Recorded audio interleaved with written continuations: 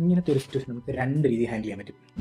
മാനം മര്യാദയ്ക്ക് വണ്ടി ഓടിച്ച് പൊയ്ക്കൊണ്ടിരിക്കുന്നതിനിടെ ഏതെങ്കിലും ഒരു വളവിന്, കാണാൻ പറ്റാത്ത വളവിനായിരിക്കും, ഓപ്പോസിറ്റ് വന്ന് ഒരു വണ്ടി ഒരു കാര്യമില്ലെങ്കിൽ നല്ല അറിഞ്ഞ് കുത്തി കയറുക. നമ്മളോട് ചേർന്ന് ഞെട്ടിച്ച് പോകാൻ നമുക്ക് നല്ല രീതിയിൽ ദേഷ്യം വരും, നല്ല ചീത്ത വിളിക്കാൻ തോന്നും. ഫസ്റ്റ് ഓപ്ഷൻ എന്ന് പറയുമ്പോൾ നമുക്ക് നമ്മുടെ വായി വരുന്ന മുഴുവൻ, അതായത് നമുക്ക് അന്നേരം നല്ല ദേഷ്യം കാണും, ആ ദേഷ്യത്തിന് നമുക്ക് വായി വരുന്ന മുഴുവൻ വിളിച്ച് പറയാം.